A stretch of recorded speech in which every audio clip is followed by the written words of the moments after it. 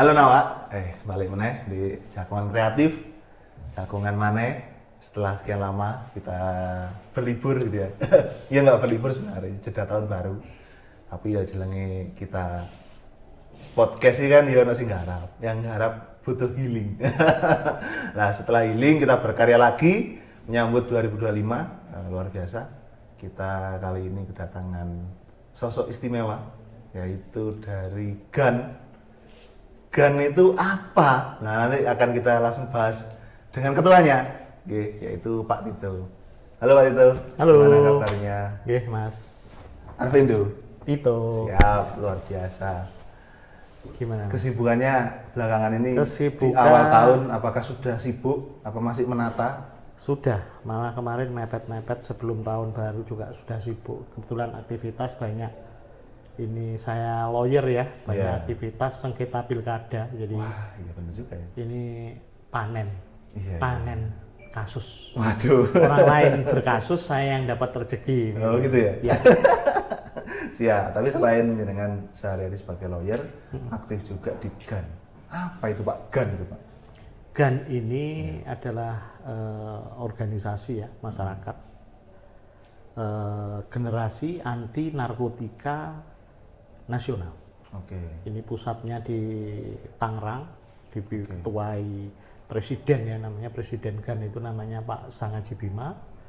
Itu seluruh Indonesia tersebar, ada DPD, DPC. Nah kebetulan saya sebagai ketua DPC Generasi Anti Narkotika Nasional Malang Raya. Malang Raya ini terdiri dari Kota Malang, Kota Batu, Kabupaten Malang.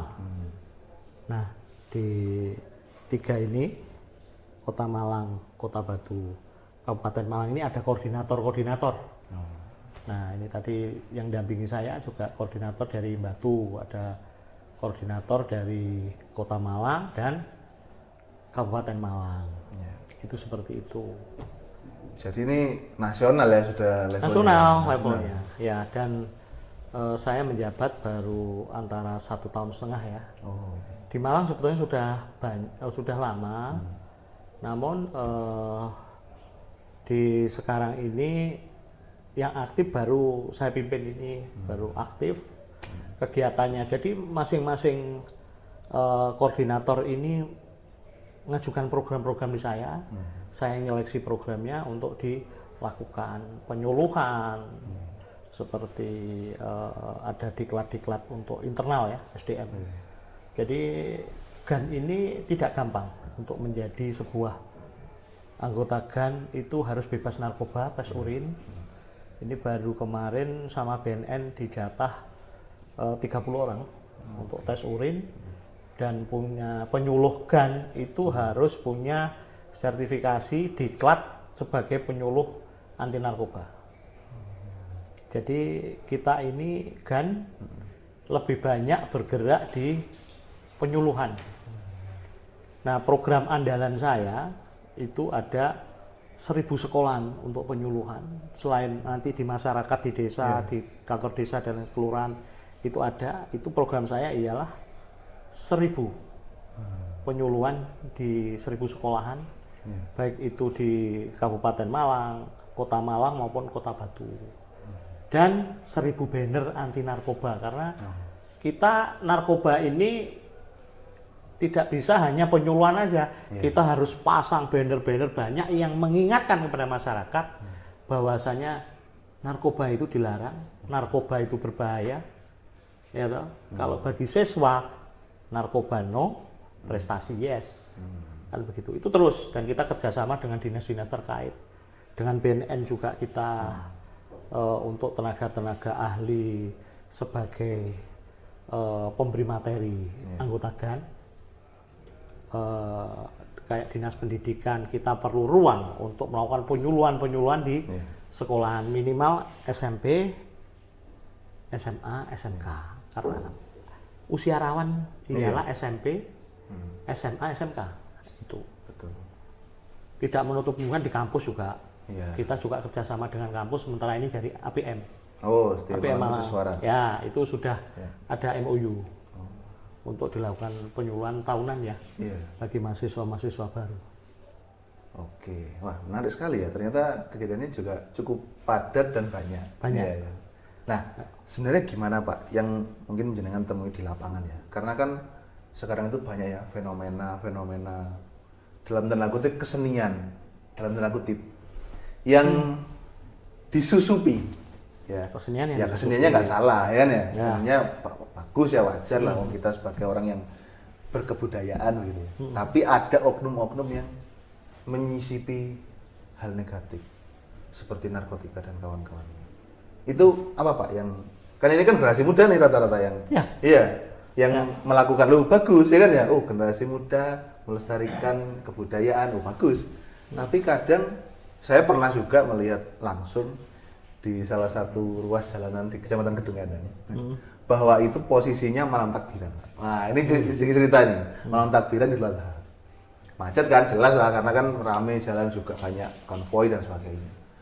Nah, Allahu Akbar takbiran tapi ngene. Itu gimana pandangan panjenengan terkait hal seperti itu? Jadi kita ini selain kita penyuluhannya tersistematis di sekolahan, kita itu kadang-kadang di acara hiburan yang ada selalu kita sisipi adegan di situ untuk minimal dikasih waktu 10 menit, 15 menit untuk mengutarakan tentang bahaya narkoba. Minimal kita itu sudah antisipasi, ngelik nih, ini di acara hiburan. Kita kan kadang-kadang diundang atau tidak diundang, kadang-kadang meminta panitia untuk diadakan atau slot Ya, 10 waktu menit, 10 menit, 15 menit, Iya. ngomong narkoba dulu, hura-hura oke lah, nanti cuma 15 menit, 10 menit pasti dikasih. Banyak itu di musik-musik ya, di kaula muda, kan di kampus juga kadang-kadang menyelipkan juga di acara-acara kayak inaugurasinya atau apa acara apa itu selalu menyelipkan. Nah, ini yang lebih rawan lagi itu sekarang yang paling bahaya ialah jenis-jenis narkoba ini yang kadang belum terjangkau oleh undang-undang juga. Ada banyak tanaman-tanaman. Ada. Ada. Apa aja contohnya?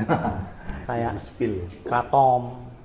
Itu sama, malah lebih narkoba plus. Waduh, kok ada plusnya tuh Ya, gimana? kandungannya lebih Iya. lebih ini ya, lebih ini. Walaupun ini dalam tanaman ini ada di Kalimantan ya. Itu berupa serbuk begitu. Itu sudah dalam pengawasan pemerintah tapi belum termasuk, sudah termasuk dalam golongan ini tapi belum terwadahi ini termasuk narkoba untuk aturan hukumnya. Ini undang-undang harus mengikuti cepat. Apa aja jenis-jenisnya itu. Jadi antara teknologi narkoba dengan peraturannya ini harus imbang nantinya. Selain kita selalu kalau GAN itu selalu menyuarakan penyuluhan, tapi kita membantu BNN ini, kita sebagai membantu ya, karena kita bukan lembaga pemerintah yang untuk narkoba itu, tapi kita swasta untuk sinergi dengan BNN dan Polri ya. Itu terkait dengan rehabilitasi. Oh, ya, itu penting juga. Karena masyarakat itu banyak belum tahu atau takut. Terus neng endi kate rehabilitasi, piye carane dan lain sebagainya. Itu kan kadang-kadang mengantarkan banyak masyarakat mengantarkan ke BNN untuk ditindaklanjuti. Ya, kita memberikan konseling dulu ya. Memberikan konseling kepada korban-korban karena saya melihat korban narkoba ialah pemakai mengkonsumsi narkoba itu. Ya, sering disalahartikan kepada masyarakat, golek ketangkap polisi minta rehabilitasi. Lah tapi kalau dia pernah ketangkap terus keluar mau rehabilitasi ya nggak bisa toh. Ya, artinya dia dalam pengawasan dari dokter untuk narkoba ini biar tidak mengulangi lagi. Intinya seperti itu. Selanjutnya yang paling urgent saat ini adalah selain kita ini memberikan penyuluhan, jangan sampai penyuluhan itu hanya sebagai formalitas. Ya toh, hanya ngomong tok. Kita mencarikan format penyuluhan yang baik. Bagaimana yang mengena? Bangsanya ini kalau anak SMP penyuluhannya bagaimana yang paling mengena? Itu kami juga akan melakukan survei. Anak SMA, SMK, anak pondokan. Jangan diartikan kalau sudah mondok aman loh ya. Di dalam bisa jadi. Nah, tanpa sepengetahuan pengasuhnya apa-apa bisa terjadi itu. Betul. Nah, orang tua anggapannya kan baik-baik aja, fine-fine aja, tapi tidak seperti itu gitu loh. Terus ini berkaitan dengan kenakalan remaja kalau sudah konsumsi narkoba ini pasti mabuk-mabukan, narkoba itu kaitannya tawuran, ya toh? Betul. Itu bullying dan lain sebagainya. Itu sering kita bahas efek-efek dari narkoba itu. Jadi seperti itu. Nah, untuk GAN sendiri ini sekretariatnya di Jalan Teluk Gerajagan ya, Kota Malang. Itu kami selalu menerima keluhan masyarakat untuk konsultasi tentang bahaya narkoba. Seperti tadi sudah saya katakan terkait dengan apa ini namanya rehabilitasi. Di Malang belum ada loh. Belum. Rumah sakit rehabilitasi, kita masih rumah sakit jiwa. Nah itu standarisasinya bukan standarisasi rumah rehabilitasi. Itu masih standarisasi kayak rumah sakit jiwa, cuma ini di plot-plot ini. Dokter-dokternya pun tidak bukan dokter-dokter sembarangan. Dokternya dokter yang memang benar konseling anti narkoba dan membidangi. Jadi itu Mas. Oke, wah ternyata aneh Pak ya. Apa itu? Masih ada ya, maksudnya kayak penyalahgunaan yang nggak tercakup oleh aparat. Seperti misalnya kayak tadi Bapak cerita di apa namanya pondok, di tadi tempat kesenian, gitu-gitu, ditunggangi. Nah kalau misalnya Pak masyarakat menemukan, terus kepingin rehab dengan difasilitasi oleh GAN, prosedurnya gimana Pak? Prosedurnya ya kita masyarakat datang ke GAN dulu, konseling awal, terus kita antarkan ke mana ini, ke BNN ya. Kalau di kabupaten ya BNN kabupaten, kalau di BNN kota, di Batu ya BNN Kota Batu. Nanti selanjutnya akan digiring ya ke rumah rehabilitasi layak enggak. Lah itu tidak semuanya bisa direhabilitasi. Sudah ketangkep, kadang-kadang sudah ketangkep. Kalau memang pertama mau rehab ya direhab. Cuma kalau sudah pernah ketangkep, terus ketangkep lagi, minta rehab, ya ini pertimbangannya agak berat. Memang, nah masyarakat kan, nah ini bisa rehab. Nah, kemarin ibaratnya sudah ringan, umpama pidananya, terus dia mengulangi lagi mau direhab ya tidak bisa. Ada klasifikasinya. Nah, sementara dengan saya sering menangani juga kasus-kasus narkoba itu, yang korban itu bisa sampai 3 kali masuk keluar masuk itu seperti itu. Nanti tahun pertama saya nangani udah keluar, masuk lagi, ya kan? Padahal orang tuanya sudah berusaha mati-matian. Terus sekarang ada juga alternatif juga untuk menghindari konsumsi narkoba bagi pecandu-pecandu ya. Itu ada juga dari kelompok-kelompok masyarakat. Nah ini sebetulnya salah satu alternatif juga. Yang penting sekarang ini ialah peranan orang tua juga. tiba-tiba banyak kasus ialah anaknya ketangkep polisi, orang tuanya kaget. Mosok sih? Kamu konsumsi narkoba, kamu baik-baik aja di rumah, anak saya begini-begini. Nggak kelihatan kalau dia. Nggak kelihatan, tiba-tiba polisi datang. Ya toh, jadi seperti itu. Ada di Malang baru-baru itu juga ditemukan pabrik malah. Iya. Ya toh, dengar semua ya itu ya. Jadi seperti itu. Nah, ini peran serta masyarakat juga seperti GAN ini. Nah, GAN ini tidak membatasi berapa anggotanya. Sebanyak-banyaknya anggota dan kita membentuk PAC juga. Jadi PAC ini yang membantu GAN untuk ke desa-desa. Biar lebih ke masyarakat, ibaratnya orang kalau madul ben gampang. Kita lebih konselingnya lebih gampang. Jadi seperti itu. Nah, sebenarnya gini Pak, yang saya penasaran tuh gini, kan kalau orang mau datang gitu, takutnya dicepuin ke polisi. Datang untuk rehab, maunya rehab. Tapi kok digiring, gimana memastikan biar dia itu tidak takut untuk mendapatkan rehab? Karena takutnya kan masyarakat takut Pak. Kalau jadi bisa dilakukan pendampingan. Kami di GAN ini kan sudah ada lawyer-lawyernya ya. Dari lawyer yang memang benar-benar bisa dilakukan pendampingan. Jadi biar membedakan.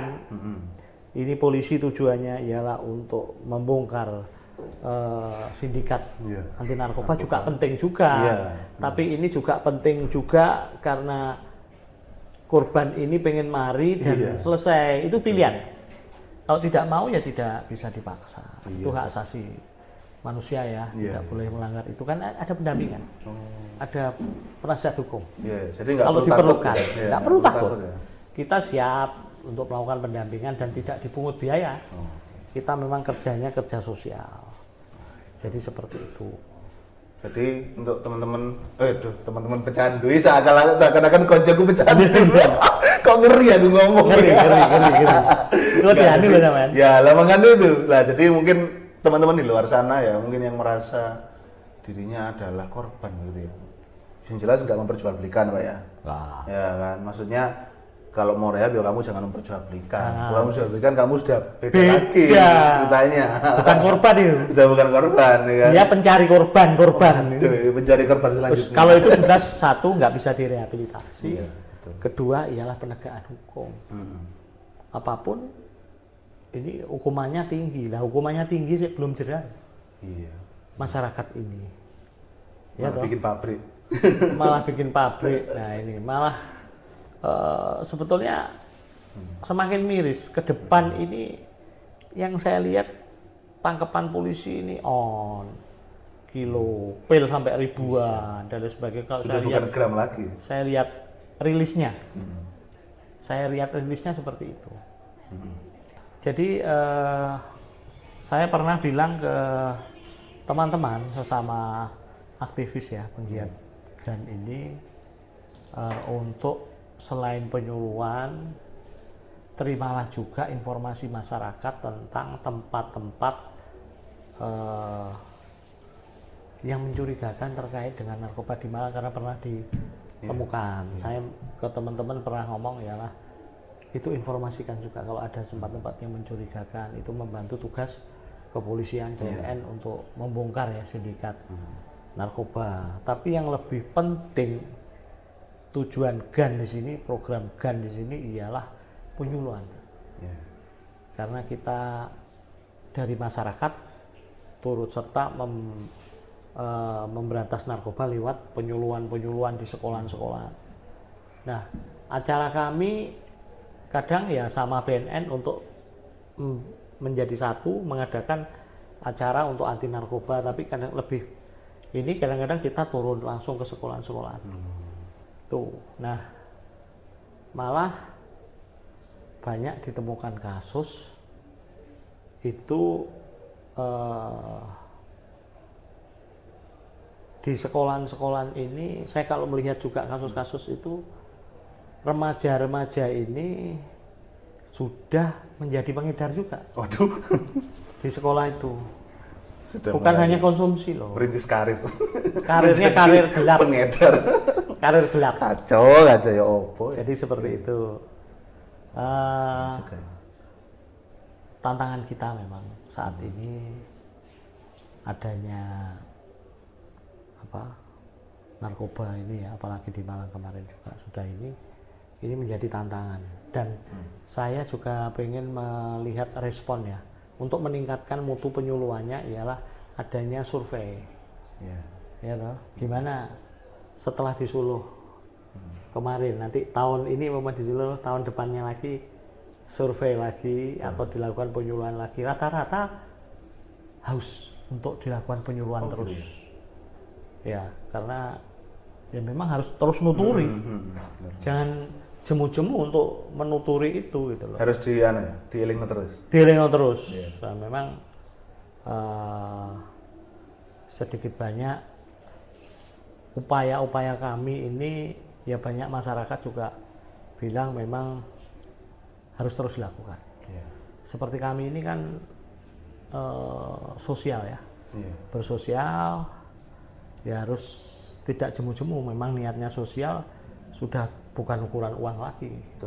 Memang saya lawyer profesional ya, itu pekerjaan saya, tapi kalau ini di sisi ini adalah di sisi sosialnya.